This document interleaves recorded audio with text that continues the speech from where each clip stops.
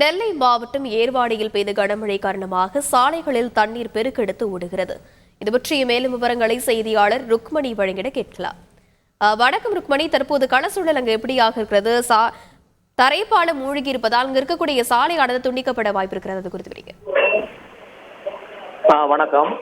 அதாவது தென்வங்க கடலில் ஏற்பட்ட காற்றழுத்த தாழ்வு மண்டலம் காரணமாக தூத்துக்குடி, கன்னியாகுமரி, திருநெல்வேலி மாவட்டங்களில் அதிக கனமழை பெய்யும் என இந்திய வானிலை ஆராய்ச்சி மையம் அறிவித்து எச்சரிக்கை விடுத்திருந்தது. அதன்படி நேற்று இரவு முதலே நெல்லை மாவட்டத்தில் மிக கனமழை பெய்து கொண்டே இருக்கிறது. இந்த சூழ்நிலையில் நெல்லை மாவட்டம் ஏர்வாடியில் பெய்த கனமழை காரணமாக தண்ணீர் பெருக்கெடுத்து ஓடியது. ரோட்டின் இரு புறங்களில் உள்ள அந்த வாறுகளில் பிளாஸ்டிக் கழிவுகளால் ஏற்பட்ட அடைப்பு காரணமாக தண்ணீர் தேங்கி மெயின் ரோட்டில் ஆறாக சென்று கொண்டிருக்கிறது. அதனால் ஏற்பட்ட அடைப்பு காரணமாக அந்த தண்ணீர் பெருக்கெடுத்து ஓடுவதால் போக்குவரத்து பாதிப்படைந்துள்ளது. கார்கள் அந்த தண்ணீரில் நீந்தி செல்கின்ற காட்சிகளும் நாம் பார்க்க முடிகிறது. தற்போது அந்த வார்காலில் ஏற்பட்டுள்ள அடைப்புகளை ஏர்வாடி நகர பஞ்சாயத்து நிர்வாகத்தினர் JCB இயந்திரங்களுடன் அகற்றி வருகின்றனர். இருந்தாலும் தண்ணீர் தொடர்ந்து மழை பெய்து வருவதால் தண்ணீர் வற்றாமல் இருக்கிறது. இது ஒரு சவால் நிறைந்த காட்சிகளாகவே காணப்படுகிறது. விவரங்களுக்கு நன்றி ருக்மணி.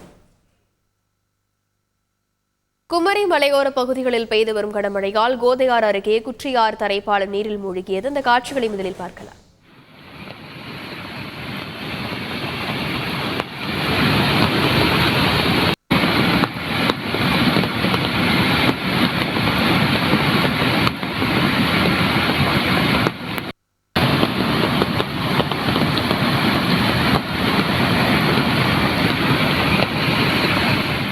இது பற்றிய மேலும் விவரங்களை செய்தியாளர் வினீத் வழங்கிட கேட்கலாம். வணக்கம் வினீத், செய்தி குறித்து முழுவதும்.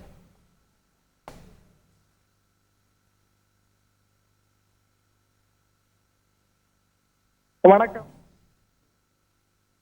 பல்வேறு மலை கிராம ஆயிரக்கணக்கான பழங்குடியின மக்கள் வசித்து வருகின்றனர்.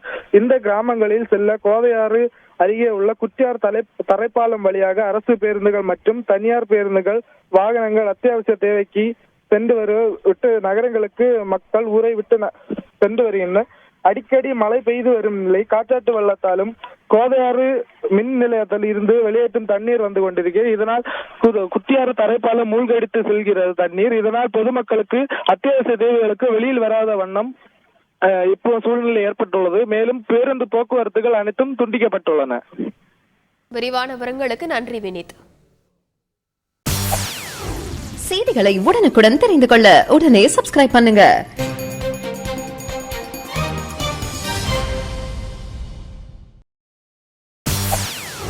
செய்திகளை உடனுக்குடன் தெரிந்து கொள்ள உடனே சப்ஸ்கிரைப் பண்ணுங்க.